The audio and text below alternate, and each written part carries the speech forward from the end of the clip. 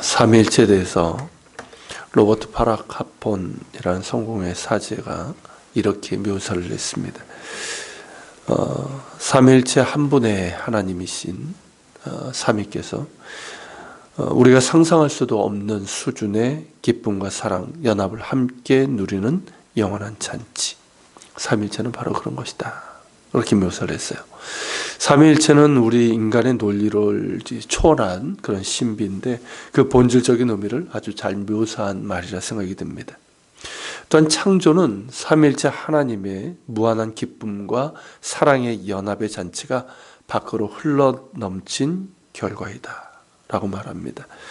많은 사람들이 오해하고 있는 것처럼 하나님이 외로워서 사랑받기 위해서 혹은 사랑할 대상이 필요해서 세상을 창조한 것이 아니라는 것이죠.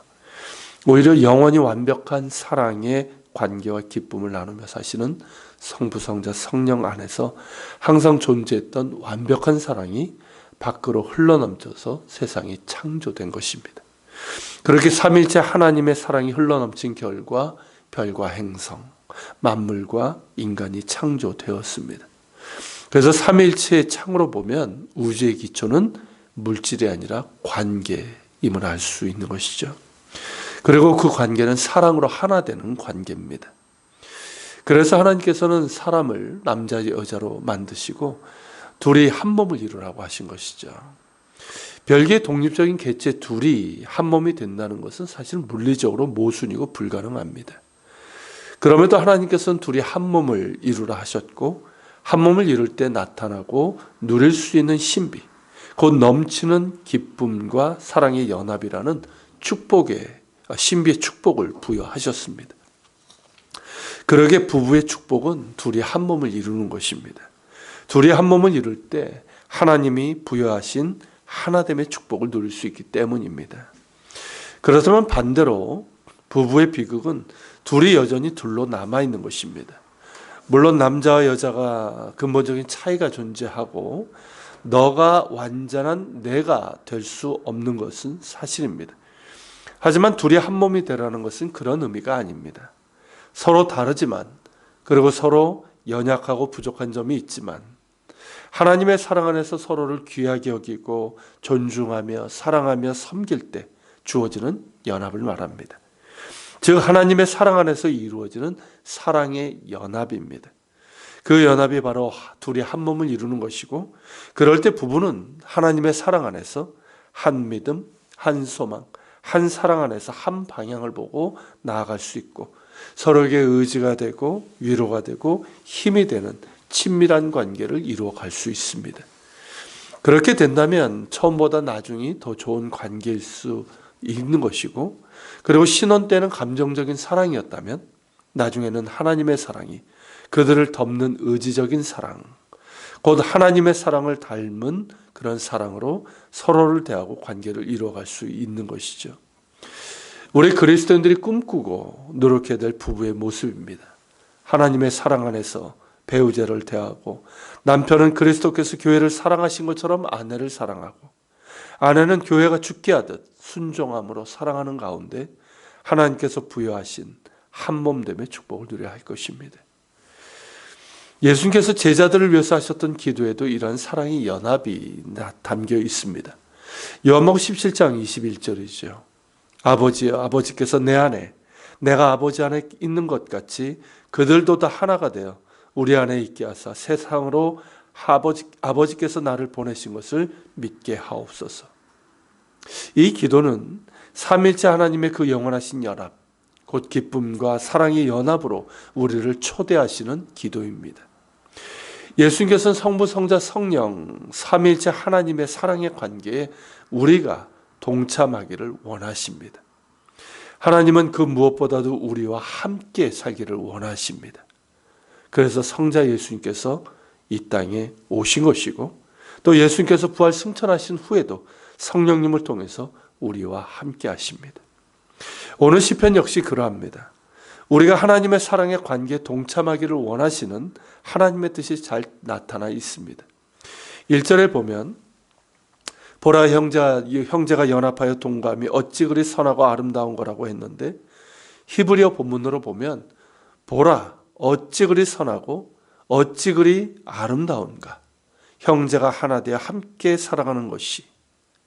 이렇게 감탄사가 연속되어 있습니다. 형제가 하나 되어 함께 살아가는 모습이 얼마나 선하고 아름다운지 감탄사를 연발하고 있는 것입니다. 실제로 그렇지 않습니까? 세상에서 가장 아름다운 것이 뭡니까? 사람들이 서로를 용서하고 사랑하며 하나 되어 살아가는 그 모습 아니겠습니까? 인간이 타락하고 범죄함으로 그 아름다운 연합이 망가지고 거의 사라졌지만 하나님께서는 당신의 백성들의 공동체가 다시 사랑의 연합을 이루도록 당신의 사랑으로 붙들고 계십니다. 그러므로 여기서 하나 되어 함께 살아가는 형제란 하나님을 믿고 섬기는 신앙으로 연결된 형제 자매들을 말합니다. 곧 믿음의 가정의 공동체이고 교회 공동체를 의미합니다. 가정 공동체가 하나님께 대한 올바른 믿음과 그리스도의 사랑 안에서 서로를 사랑하는 가운데 하나 되어 함께 살아간다면 그것만큼 선하고 아름다운 것은 없습니다. 그런 가정은 천국이라 할 것입니다. 교회 공동체 역시 그러하죠. 교회 공동체가 선하고 아름다울 수 있는 것은 건물이 크고 화려함에 있는 것도 아니고 성도 수가 많음에 있는 것도 아니고 무언가 많은 시스템이나 프로그램을 가지고 있어서도 아닙니다.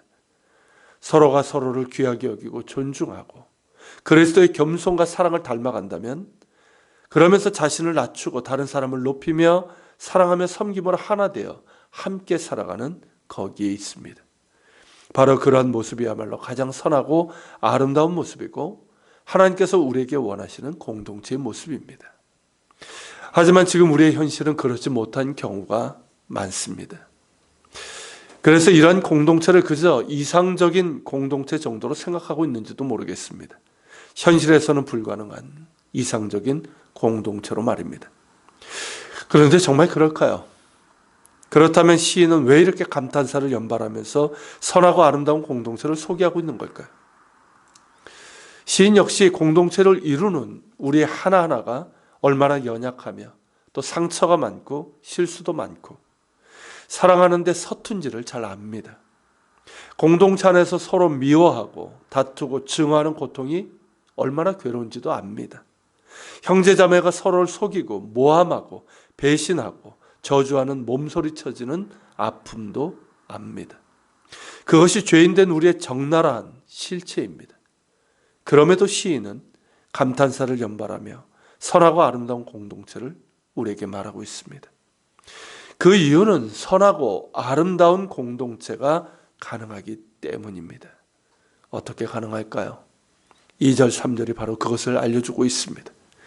2절, 3절은 형제가 하나 되어 함께 살아가는 공동체에 주시는 하나님의 은총과 축복이지만 동시에 그러한 선하고 아름다운 공동체가 될 수 있는 비결이 어디 있는지를 보여주고 있습니다. 머리에 있는 보배로운 기름이 수염 곧 아론의 수염이 흘러서 그의 옷깃까지 내린 것 같고 헐몬의 이슬이 시온에 내린 것 같이 하나님의 거룩하심과 사랑이 우리 가운데 충만하게 임할 때 선하고 아름다운 공동체가 될 수 있음을 보여주고 있습니다. 머리에 있는 보배로운 기름은 제사장을 세울 때 머리에 붓는 기름을 말합니다. 그 머리에 기름을 부음으로 그는 하나님께 구별된 거룩한 제사장이 되고 그에 합당한 거룩과 성결의 삶으로 살아가야 합니다.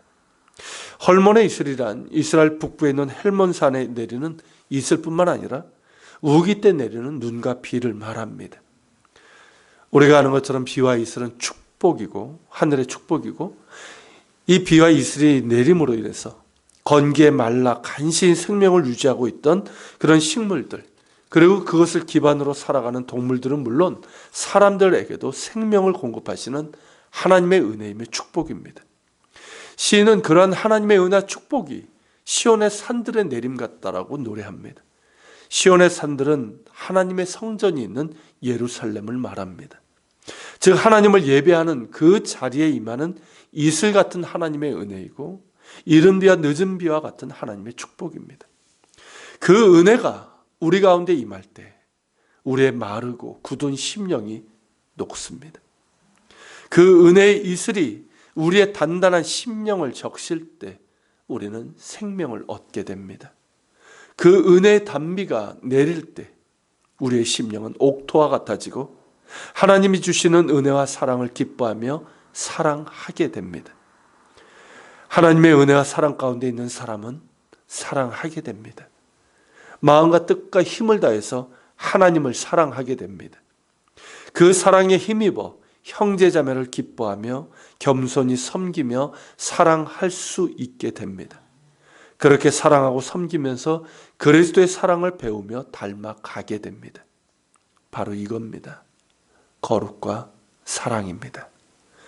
제사장의 머리에 기름을 부어서 거룩하게 성별하는 것처럼 우리 한 사람 한 사람이 하나님 앞에 거룩한 사람으로 살아갈 때, 그리고 우리 공동체가 세상의 거짓과 불의와 탐욕과 우상숭배 더러움과 구별된 거룩한 공동체가 될 때 우리는 거룩하신 하나님의 거룩한 백성으로 하나 될 수 있습니다.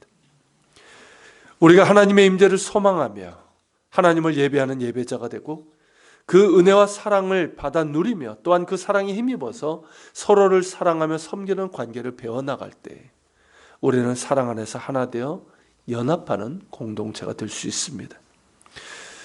지금 한국교회의 비극은 이러한 거룩과 사랑을 잃어버린 데 있습니다. 세상의 거짓과 불의와 탐욕의 우상 숭배로 더럽혀지고 용서와 사랑보다는 정죄와 판단, 분노와 혐오의 모습을 보이고 있습니다. 그러니 형제가 하나 되어 함께 살아가는 선하고 아름다운 공동체의 모습이 너무나 많이 훼손되고 상실되고 말았습니다. 하지만 그런 공동체가 있었습니다. 바로 초대교회죠. 초대교회는 신이 노래하는 그런 선하고 아름다운 공동체를 이루었고 세상 사람들조차 칭송할 만한 선하고 아름다운 공동체였습니다. 그들은 성령 안에서 세상과는 구별된 거룩함과 깨끗한 순종이 있었습니다.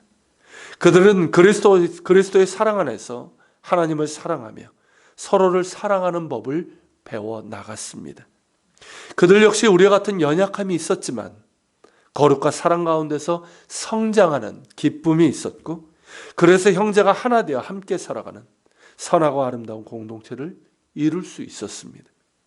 그렇다면 우리도 가능한 것이죠. 같은 성령님 아니십니까? 같은 주님 아니십니까?